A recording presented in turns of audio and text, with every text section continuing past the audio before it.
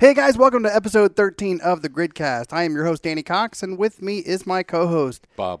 He is a box owner and a grid enthusiast, and he is the meat to my macros. His name is Conan Bruce. Ooh, Conan. at least you're meeting your macros. Yeah, I kind of like it. So on today's show, on Quadrant 1, we're going to talk about where the athletes in the NPGL stand in the Reebok CrossFit Games Open right now. Yep. And we're also going to get into a little bit what the difference is between the NPGL this year and last year, and a little further into that. So, and then in Quadrant 2, we're going to talk about minor leagues. Hell yeah, they actually start pretty damn soon. So we're going to get into that a little bit.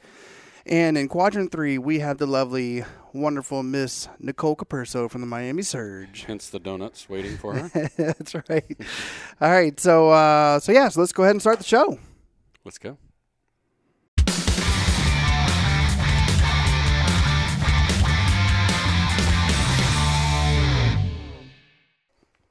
Hey, welcome back, everybody. Here we are in Quadrant 1. We are going to talk about, let's start off talking about the CrossFit Games. Yeah. So last episode, we asked for some feedback. The feedback we got was, we kind of like hearing about grid athletes and where they stand at the CrossFit Games. So we're going to talk about it. Yeah, so we have some guys who are in the top 30 of the CrossFit Games. So that would be Matt Frazier, Noah Olson, Alex Smith, Nick Uranker, and Marcus Hendren. Yeah, and most of these... Oh, and Kenneth Leverage. So, yeah. I mean, I think all of these guys, this is... there's nobody's first time at the games that I can recall. I don't think so, no. Yeah, so point being is they're all, veterans of the games, at least at some level. All have made it, to regionals, at least regionals. So this isn't new for them, right?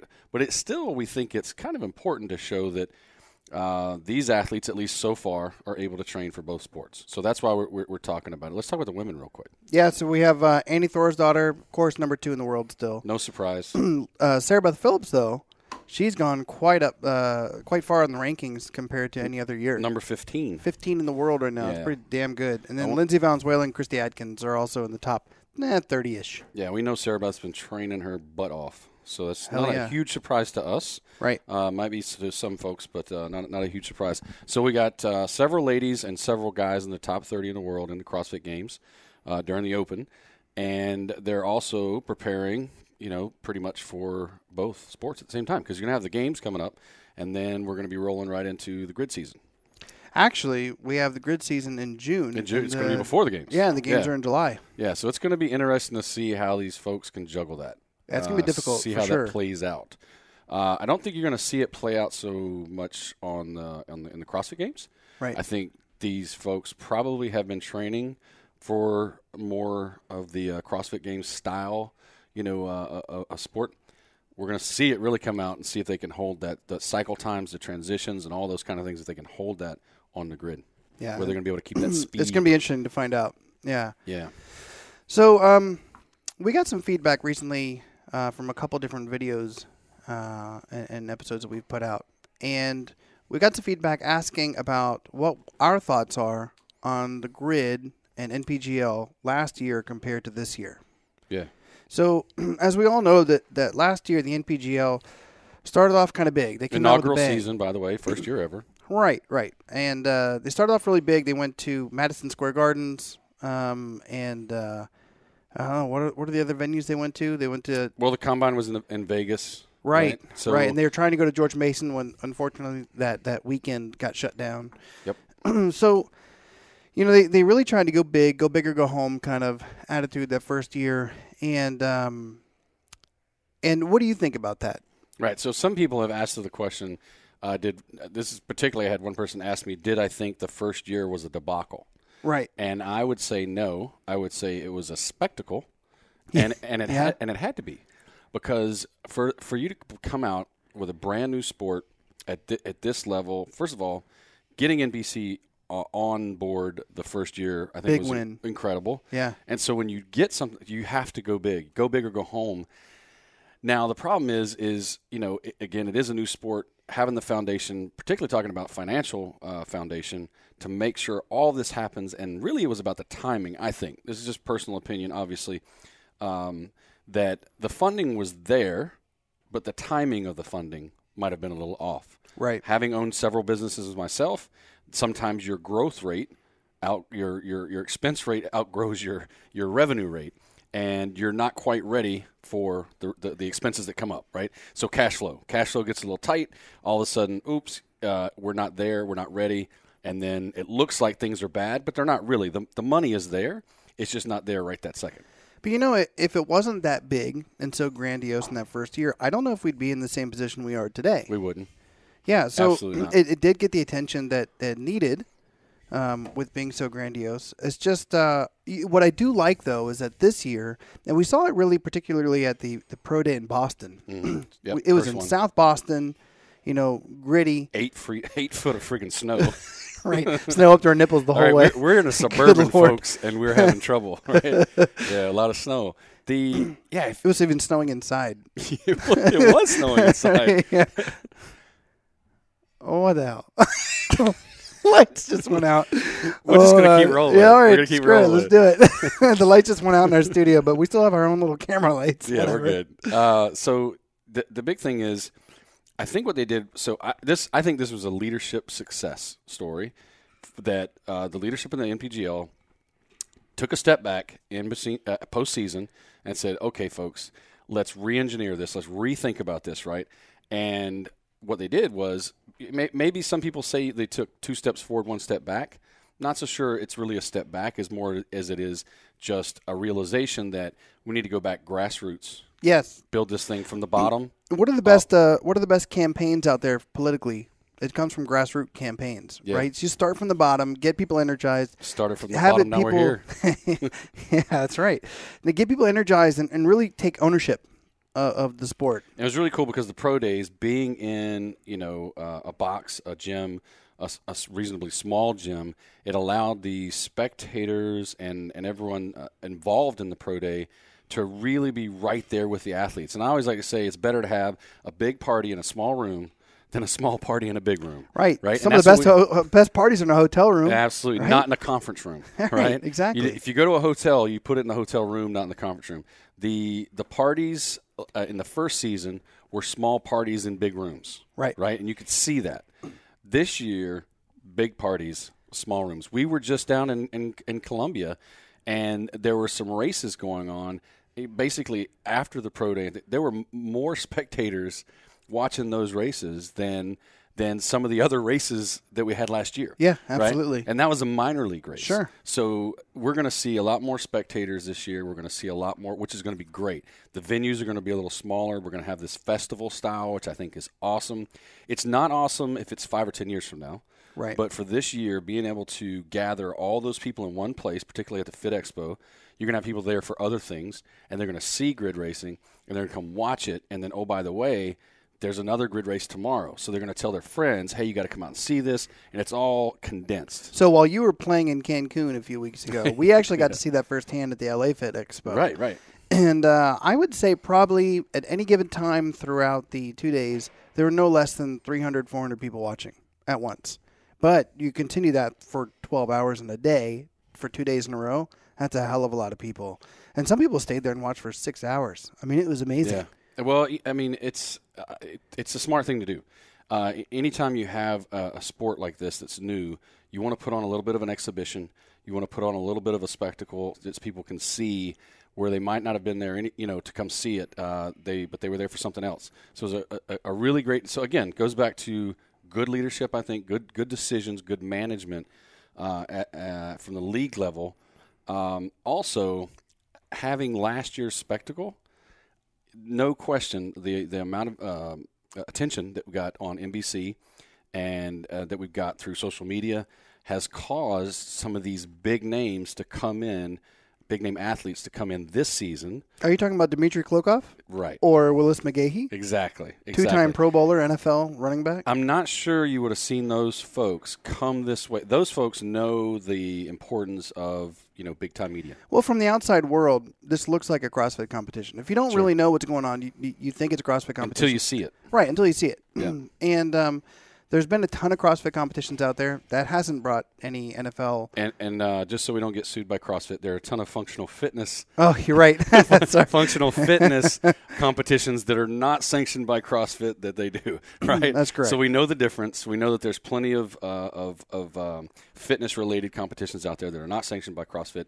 Not really worried about getting sued. They can go after themselves if they want to try to sue me.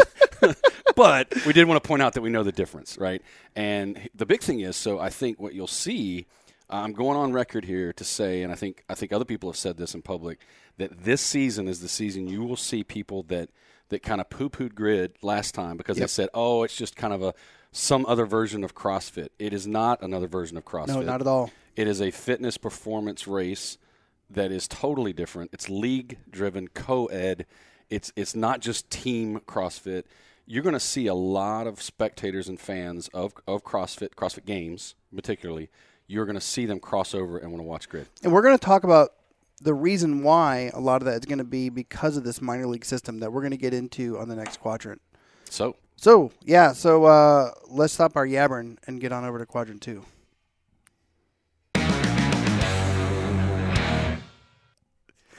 Hey guys, in quadrant 2, let's talk about the minor leagues a little bit. You're really loud.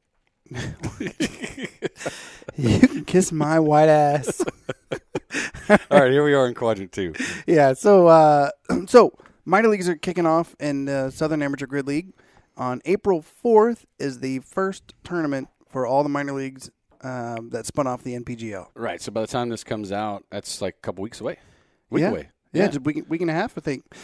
Yes, we have Orlando Outlaws and Atlanta Assassins, Bluffton Bruisers, South Carolina Titans, the Raleigh Dragons, Capital City Silverbacks, Charleston Marauders, and the Carolina Thunder. Okay, just having grown up in North Carolina, it's Raleigh, not Raleigh.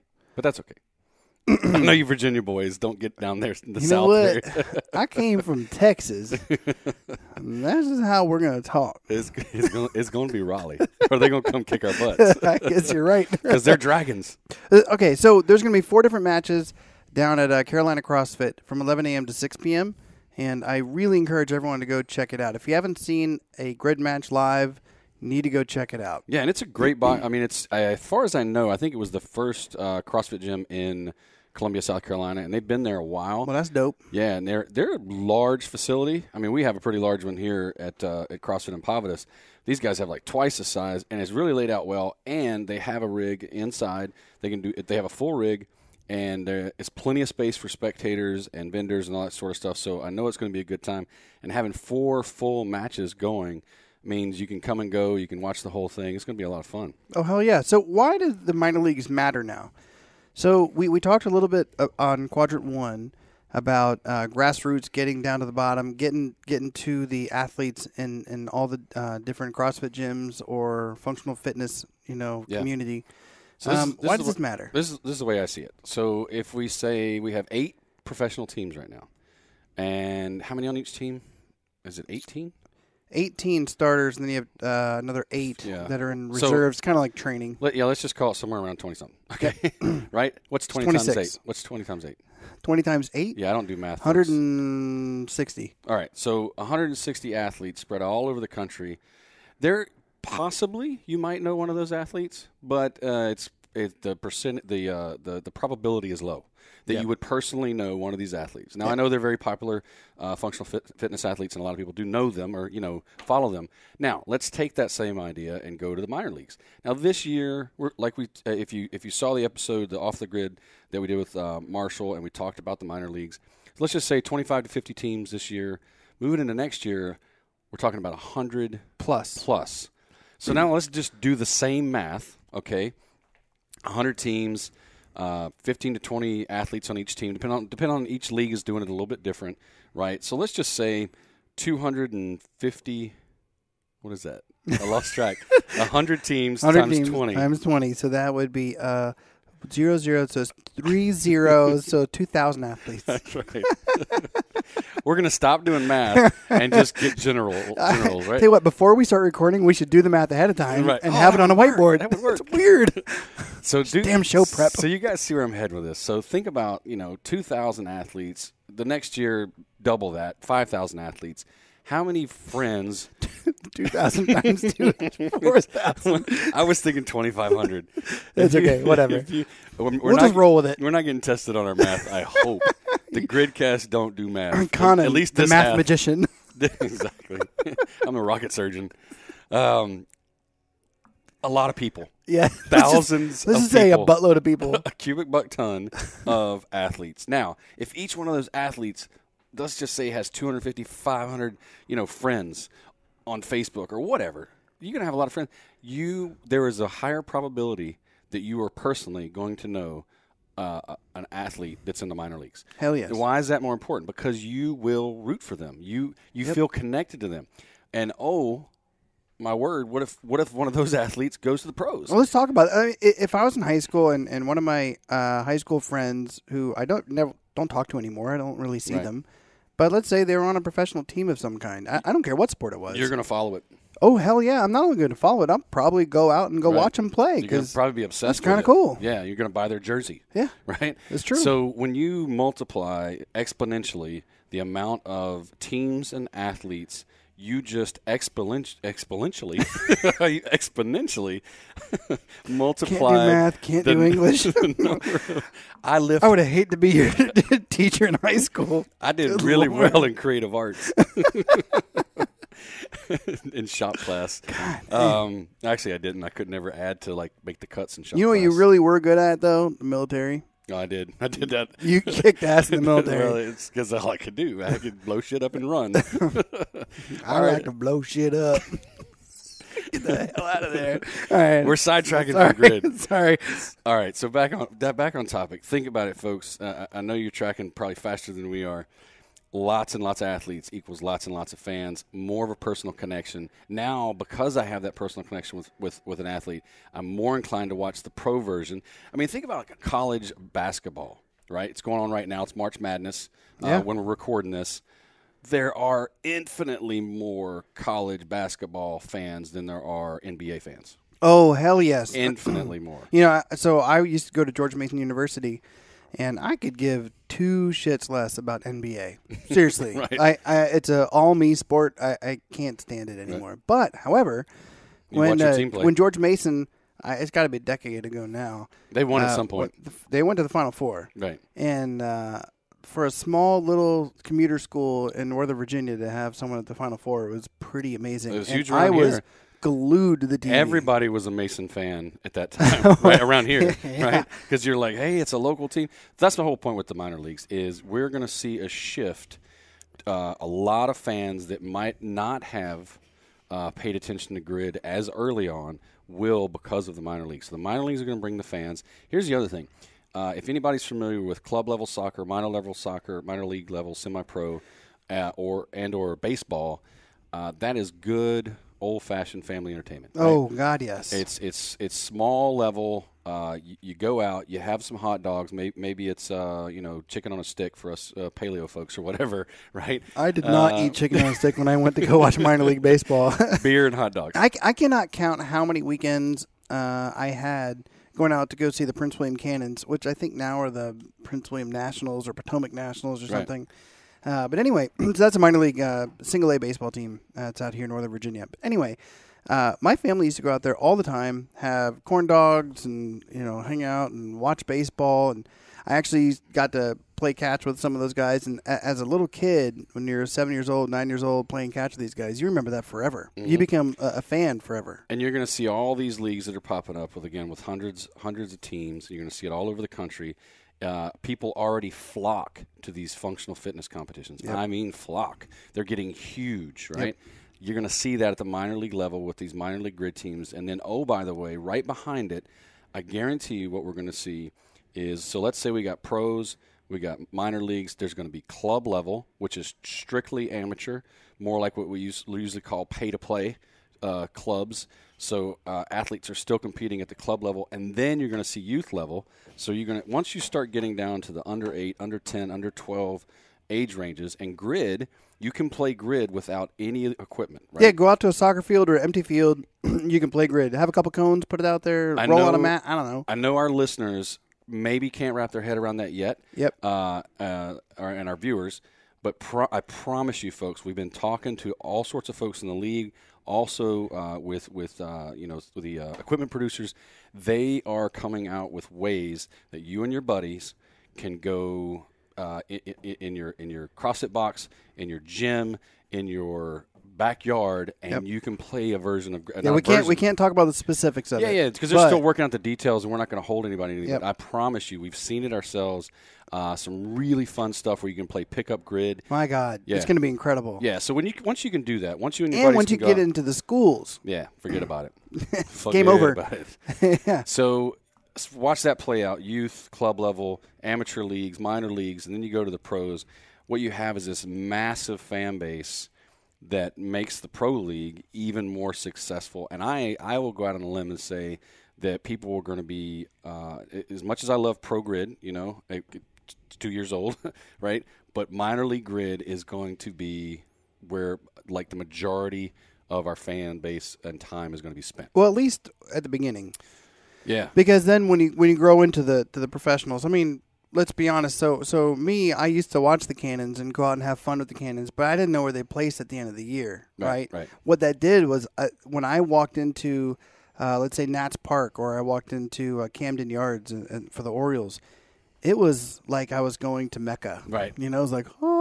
So you might be lucky enough to live near a pro grid team. You might be. We are here in D.C. Yep. But maybe you aren't. Maybe you live in, lower Alabama or West Virginia, or I'm trying to pick some other states, some from the South. Shit, people travel to different states to go watch a professional team. But what I'm saying is you'll have a minor league team near you. Oh, yes, you will. And you can go out and watch more minor league games, and then once you go to a pro league game, just like when you go to an NFL game or NHL game, it's going to be a spectacle. It's going to be huge, right? It's going to be tailgating. Fun. Yeah. Yeah, heck yeah. Oh, we're going to be tailgating at the minor league games. Oh, I already know, and I'm not going to go into specifics either, but there is a specific team that isn't announced yet that's going to be in the Northern Virginia area that I cannot wait for. It is right up my alley. They're going to be throwing down. Oh, my God. So anyway, that's enough of the minor leagues. Talking about meeting some of the athletes on Quadrant 3 from the Miami Surge, we actually have Nicole Capurso coming right up. So without further ado, let's kick it on over to Quadrant 3.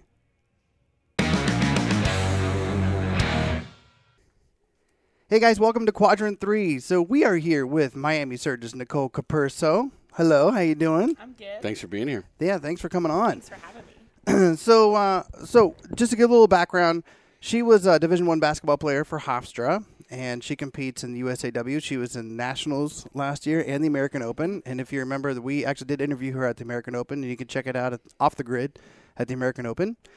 And you compete in CrossFit. Yes. So 3-sport athlete. Which is pretty badass. Yeah. So we want to ask you some questions, and I know that you do some nutrition seminars and stuff like that, and we're going to get into that a little bit.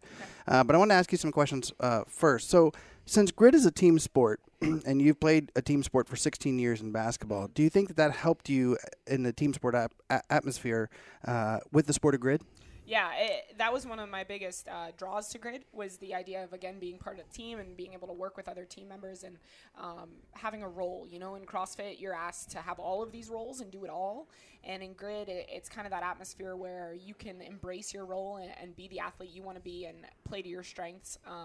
And also on the grid, I kind of feel so at home, It's the size and feel of a basketball court, and I love being out there and working and being able to talk to team members and call plays and, basically talk on the court. That's one of my favorite things about being an athlete and playing is, the bond and the camaraderie that happens actually during the games or during the matches. And so that was awesome to experience this year, and one of the big reasons why I love playing in the grid league so much. I can't remember which match I was watching, but I did kind of notice, particularly you and some other athletes in different teams, you could tell the people that were there was their comfort zone being out on the court, right? No, it's on the grid, right? But being out there, you're in the midst of all this chaos, there's things going on, and being comfortable with that. And basketball is very much like that, right? I played soccer coming up my whole life, and it's just constant chaos all over the field. And if you're not used to that, if you're just the only person, right, totally off, kilter. Yeah, I remember, in college sports especially, it's like if we weren't talking at practice, we were running, because that's just such an important part of the game, is communication out on the field or out on the court. And grid is no different. Grid's actually even more important, because you need it to happen so quick that you need to know exactly where you're going to be and exactly where everyone else is at every time. Right. So how long have you been weightlifting? I guess September would be 2 years. All right. Yeah. So I actually I started CrossFitting a little bit, and then for some reason I looked up the totals to qualify for the American Open in 13. And you were like, I got that. Yeah, I was like, oh wait, I can do that. So I lifted in my first meet in September of 13, and then December of 13 was my first national meet, my second meet ever. My wife's gonna be so pissed to hear that. And that was the American Open in 2013, in Dallas. And I watch the videos now, and it's awful. I don't even know how they let me out on the platform. I actually because you could lift the weight. Yeah, I guess. I actually power snatched my last snatch attempt, and in CrossFit it would have been a good lift, and they red lighted it just because it's so ugly. Right. But yeah, so I've come. It's kind of cool to see how quick I kind of jumped into it, and how long of a ways I've come since then. Do you think that even though it's a quick progression, that progression, you're starting CrossFit, you move into weightlifting, do you think those two combinations prepped you for the skill sets you needed to be on the grid? Totally, yeah. Obviously, I'm one of the people out there on the grid that are asked to move the barbell often. That's one of my strengths. And I don't like to say I'm a barbell specialist, because I'm not. I'm a little lighter of an athlete compared to the barbell specialists out there. And I think my specialty would be being an athlete, but I love the barbell in my hands, and I like to move fast with the barbell. So, you won't see me out there in Quadrant 4, with the big girls moving the barbells like that, but you put me on a relatively medium weight, and I can kind of go forever. And I think that I'm so good at that because of the technique that I've perfected through weightlifting, that, efficiency allows me to kind of go really long with I can tell watching you on the grid that you're not scared of the barbell. Right. Now, I know some people, a lot of athletes, grid athletes, there's no way they would ever admit it, right? But they get out there and they'll sling the barbell, but they're not comfortable with it, right? And you are small, relatively, right? And for you to use that size to be able to move that barbell and move it quickly, that's huge. Yeah. And the fact that once you put the barbell down, you're probably pretty quick. Yes. Yeah, so that's kind of my, the matches where it's like, sprint, barbell, box jump, rope climb, barbell. Yeah, that's that's what I want. Yeah. I always say, you can keep my feet on the ground as much as possible, and I'm happy. So any movement like that is good. So we talked about your how long you been doing? So what was your first regionals? My first regionals in 13. I went to regionals as a team. Okay. Just kind of, I was training with Dan Tominski out of his gym in New York, and they needed a girl, so I jumped in. The first week of the Open that year was basically my introduction to CrossFit. I had been in a CrossFit gym before that and stuff like that, but I went to the Outlaw Way camp the first week, and we did the snatch burpee workout there in 13, and I remember Rudy looking at me, and Dan had told him that I was I might be on their team, and I was pretty good. And I remember after Dan said Rudy was like, I don't know what you're talking about. She can't even snatch 120. What do you mean she's pretty good?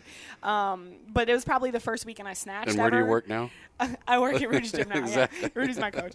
That was the first weekend I ever wore weightlifting shoes, I remember, and stuff like that. So it's just funny, how much, as an athlete, how you just jump into something and think you can take it over. And then, 2 years later, you're still really working. Yeah, but I think it proves something we've talked about a lot in the past, coming from different athletic backgrounds. The thing, if you're an athlete, you're an athlete. Yeah. And if you have that foundation, and that's years, especially if you started in youth leagues, right? If you played youth basketball, youth soccer, youth football, whatever it was, and you moved all the way up to the college level, you are so far ahead of the average person that maybe just jumped into CrossFit at 20 and didn't have that, Division I level preparation, right? So it's a huge difference, and I think we're going to keep seeing this, particularly in the grid. I know we've seen it happen in CrossFit, where these folks that have those long training years, maybe they're not, so they have a high training age, but not necessarily their numerical age. Years, you're going to see that play out well. Yeah. So we're 2 years into this, basically 2013 into now. Basically. How are you balancing all of this training for CrossFit, grid, and for weightlifting? Yeah, so I think that's kind of, first of all, tailing off what you're talking about training age and stuff like that. I've still never lost that mindset where you get up every day and you work and train, right? So like that's how it's been since I was in high school. School, practice. In college, it was. Are you telling me you haven't had an opportunity to be a couch potato? No. Yeah, I don't even know what that is. I mean, school it's training. Wonderful. That's like it. Maybe by the time you're 40-something, you'll just have a little glimpse of it, just a glimpse. So I think that plays into it a lot. I'm always on the go. I always am looking towards the next thing, or once I complete something, I want the next thing coming. And I think some athletes don't like that. Like some athletes love to just weightlift or love to just CrossFit, but that's kind of my whole thing is if I can do it, why not? Like let's pursue it kind of thing. So, before the American Open, we took 4 weeks to kind of just be a weightlifter. So I didn't really do much CrossFit, just weightlifting. And, a lot of CrossFitters that don't experience that would be like, oh, well, your conditioning probably took a big hit and stuff like that. It took me about 3 days to get my conditioning back. That's literally like. Because you've been conditioning for years. Right. It's not something that just goes away, right. If you stop for a year or two. Correct. Maybe. Yeah. And, that first few weeks, the first few days were not very fun, and I was breathing really heavy, and then it comes back right away, And now, like, I'm really not doing much weightlifting, a little bit. I wouldn't say that. I lift every day, but not to max, right? So the intensity's down, the volume's down a little bit, but I'm still snatching and clean and jerking every day, really working on form. I just PR'd my clean and jerk this past weekend by 10 pounds, which I've been chasing that for like a year, and I probably haven't pulled off the floor in about a month. So, right there is just the carryover. So everything, Rudy, that's one of Rudy's biggest things at Outlaw is everything is everything. And I think I'm like the walking example of everything is everything because you put it in front of me and I'll go do it. And I'll find a way to make it, fit and match each other. And with Grid coming along, it's almost been, I think I got the most improvement I've made, the quickest, has been the month I was at training camp with Grid. Because I just think the repetition and the speed and the pursuit of perfection so that you're so quick and efficient has carried over immensely to both weightlifting and CrossFit. So I read your blog online and saw that last year was pretty taxing when you went from regionals to nationals to training for Grid for the combine. But I saw that once you made the team, you had put together a couple workouts as sample workouts for Grid. So in a general sense, can you explain what kind of changes those were between CrossFit and Grid? They're more fun. That they are. They're more fun. That CrossFit hurts. It hurts. We all know that, right? Like you get 4 minutes, 5 minutes in, not even. Sometimes you get 2 and 3 minutes in, and you're like kind of questioning why you still do this. Like a friend. Why are you here? Yeah. And Grid, it's not. I don't want to say it doesn't hurt, but it's that. It takes me back to those basketball days where it's like, okay, we get the suicide and then we get to kind of hang out for 30 seconds, and then we get another suicide or I'm out there and and during my Grid training, that was always in the back of my head is like, I can't let my team down. And it's different. It's very different from like, I can't let myself down to like, I can't let my team down, and when you're out there in those super fast paced workouts, it's going to end soon. And, you just have to go hard for your team. So that's what's I think a little more fun, there's a time and place for CrossFit. I think it's an awesome sport and it's super, I think it's badass, I think like the ability to be out there and suffer more than everyone else or suffer better than everyone else is a cool thing. That's why I love it. It's kind of crazy. And like, let's say it's a 5-round exercise and I'm in my second round. I'm like, okay, I wonder what injury I could fake right now to get me out of this workout because I do not want to finish all 5 rounds. And then somehow you find yourself. Danny has broken his ankle. And then you find yourself in the 5th round like, oh my God, I did it. Yeah, I did it. Right. And then you can high five with everyone who actually had that same mental, issue, right? Yeah. And that's what's awesome about CrossFit. Yeah, but then what's awesome about Grid too is the fact that so I was on a local Grid team this past season, and that was a lot of fun because I was like, you know what? I'm not going to go climb up that rope. I'm not going to do 10 chest to bars. But you know what I can do? Yeah. I can move that weight pretty damn fast. Right. And so that's what I'm going to go ahead and go do. Yeah, and they made Grid viewer friendly, right? Like that was the whole thing was like it was a sport for TV, and I think it really is. I remember, my dad doesn't come to see me compete often. He just doesn't get a chance. My parents are in New York, and they were at regionals though, and I remember like after one of the events, my dad was like, I don't know if I like watching everybody like suffer. Like, as this fan, you're like, oh my, it's kind of like cringing. But Grid is no one looks like they're suffering because they're not. So it's fun, They're suffering in a different way. Yeah. And I don't think that you will be great at Grid without that understanding of suffering through CrossFit or getting better through CrossFit, because it's almost like a reward now, right? Like we've suffered through CrossFit a little bit, and now we get rewarded by being on a grid team and being able to move fast. So let's talk a little bit about that then. So on your team this year, you guys just recently signed Willis McGahee. Okay. Yeah. So a 2-time Pro Bowl athlete for the NFL, huge name for the sport, and obviously it's great that he came over to the sport because it gives a lot of recognition to it. But so we were out in LA when we saw him, and while he is powerful and explosive and really, really fast, his technique isn't quite there, at least from our standpoint. I don't know what you can talk about it because he's your teammate, but what do you think he's going to be able to help you guys out a lot? Do you think you're going to work on his technique? Like what kind of things do you think he can bring to the team? I think he's going to bring something that's kind of invaluable to us, that like no one else has, which is the experience as a professional athlete. And, off the grid or, actual movements aside, there's nothing right now that anyone else on the team can offer that he can, and that's kind of what I'm looking forward to working with him just from a professional standpoint. He's our actually first professional athlete. None of us have been a professional athlete before this except him, so that locker room leadership is going to be huge. Yes. Right? And that's going to be a big deal. Even like we were saying, dealing with coaches, dealing with other teammates. I mean, I was a collegiate athlete, Division I level, can't really get much higher, but I was never a professional athlete. It's different. And I think like we were talking about before, an athlete is an athlete, right? Yep. Like, he's basically strength conditioning, weight room, power clean, and push jerking, right? Well, I did that up until I learned how to weight lift as well, because that's the locker room style, right? The weight room style, you just power clean and you push jerk it, no matter, that's how you get it overhead. Yeah. So I'm thinking the new head coach of Miami is probably going to teach this guy how to. Yeah, that's a little. I think he's trained a few athletes before to get them to where they need to go. Yeah. So like something like a box jump or a burpee ring touch or rope climbs where we can just actually let him be an athlete. That's natural. So teaching him how to move a barbell is kind of secondary at this point, and that's what I think my coaches. Yeah, and that dude is explosive as hell. Oh yeah. I mean, we saw it. I mean, you don't LA. just play in the NFL for no reason. No. Well, you're at damn his right. level, Yeah. right? Damn right. So let's talk about one of your other passions. Let's talk about nutrition. Yeah. So you were a longtime paleo person? Yeah. So.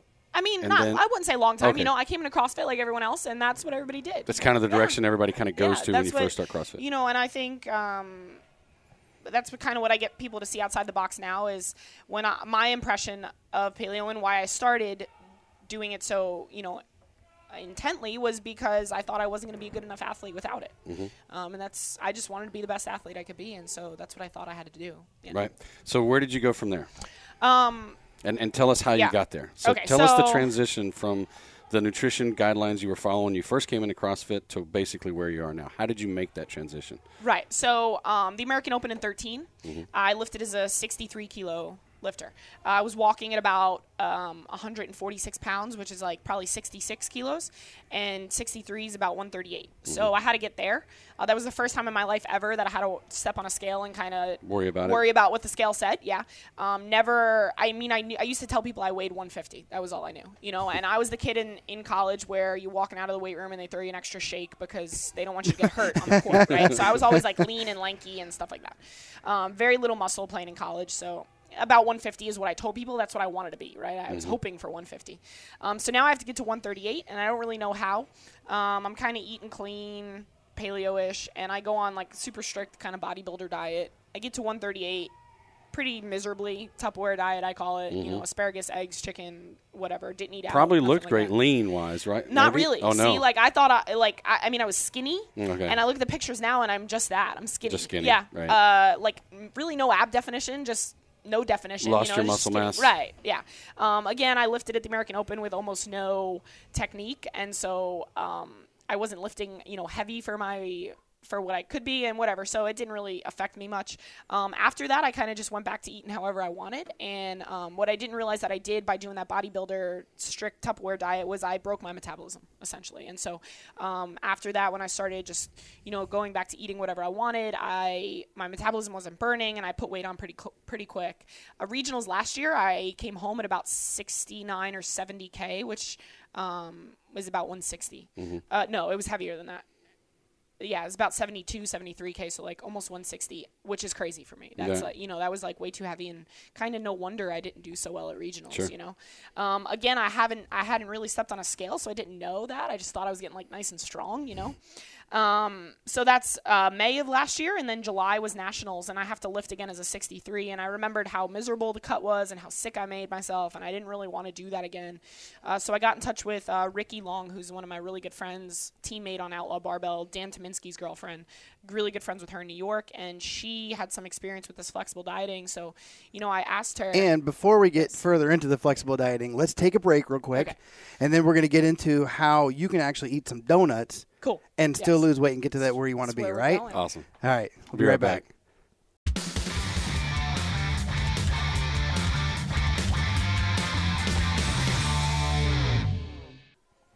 Hey, welcome back. We're back in Quadrant 3 with Nicole.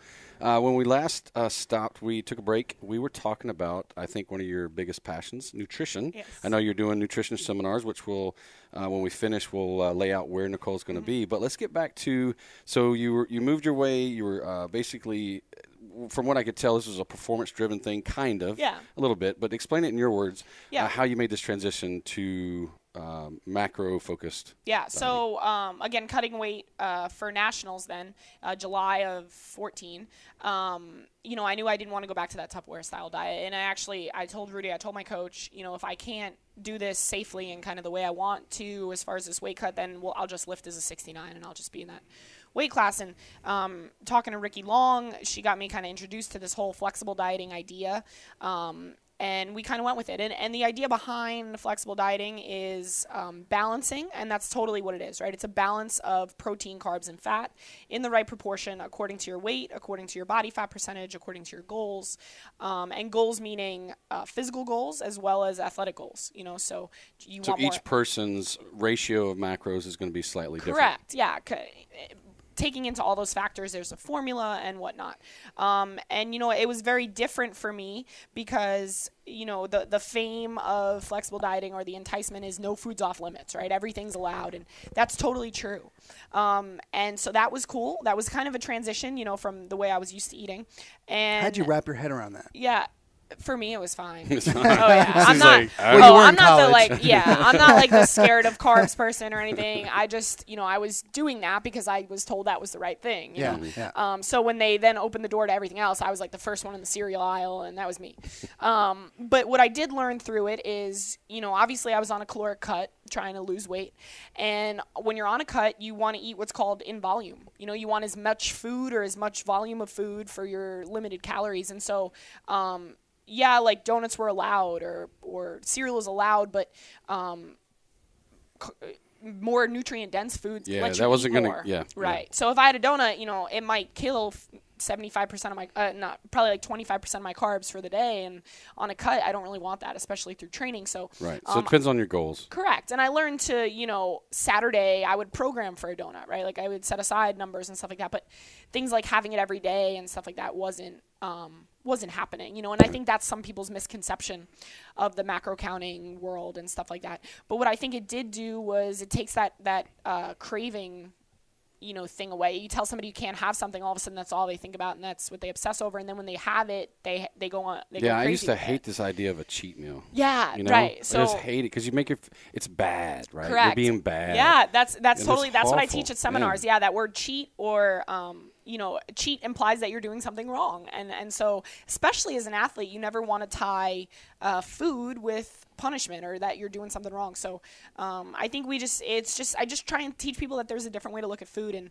we need to look at it as fuel, and carbs, protein, and fat all have their specific roles in fueling us, and they need to be in a certain balance in order to reach any goal you want to reach, whether it's weight loss or performance enhancing or anything like that. Yeah. So you're on basically a little bit of a tour here for April and May, and which dates and which places you're going to be? Yeah, so my first one comes up on April 18th. It's at CrossFit Pure in Georgia, right outside of Atlanta. And then in May, I do a 2-gym in a weekend tour, May 2nd and 3rd. May 2nd, I'm in St. Louis at 636, which is Arlen Castaneda's gym, one of my Outlaw Barbell teammates. And then May 3rd, I'm at CrossFit Rise in Chicago. Again, Jessica Schultz gym, one of my other Outlaw Barbell teammates. So it's kind of cool. I've been trying to kind of go where my teammates are and kind of tour the country. This is the first tour that I'm doing with the Outlaw Way and under their kind of watch. So you can actually go and register through the outlawstore.com. Is that where they find to register? Yeah, outlawstore.com? that's the outlawstore.com, yeah. Awesome. Well, now we're going to have a little fun because we usually do a little thing that I'm going to pass over to Danny. Yeah, so now it's time smiling. for Gridlock. So Gridlock is a 10-question, fast-paced questionnaire. Okay. It's kind of like your Hofstra hot seat that Got you did it. a long Yeah. time ago. Yep. If you haven't seen it, look it up on YouTube. It's kind of a fun little thing. So, all right, you ready for Gridlock? Yeah. All right, here we go. So, first question. The perfect snatch PR at Nationals or dropping the rock on a perfectly timed buzzer beater? I don't know. Got to be quick. You gotta be quick. Snatch now. Okay. The buzzer beater doesn't matter. Donuts or waffles? Oh, donuts. If you had to fight one, who would it be? Captain America or Iron Man? Captain America. You have to pick one of these. I know they're awful, both of them. A mile run or a 2K row? Oh, mile run. Okay. Chuck Taylors or Nanos? Chucks. Nice. Liquor or beer? Liquor. Mac or a PC? Mac. On vacation, do you go to the mountains or to the beach? Beach. And Dunkin' Donuts or Krispy Kreme? Dunkin' Donuts. And who's going to win the 2015 NPGL season? The Miami Surge. Good answer. Good Awesome. answer. Well, thanks for joining us on the Thank show. you for having me, guys. Yeah, I really appreciate Where you can we coming find your on. blog at? Oh, yeah. Oh, yeah. NicoleCapurso.wordpress.com. My blog is there, and the most 2 recent articles are both nutrition-based, and that's where you can find most of my information and stuff on that. All right, sweet.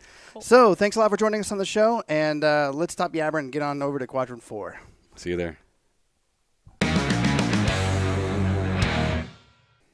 Hey everybody, we're back here in Quadrant 4. I want to give a big shout out and thanks to Nicole. Thank you, girl. Yeah, so what's going on next week, man? Well, we have real special guests next week. I like your Pretty accent. pretty excited.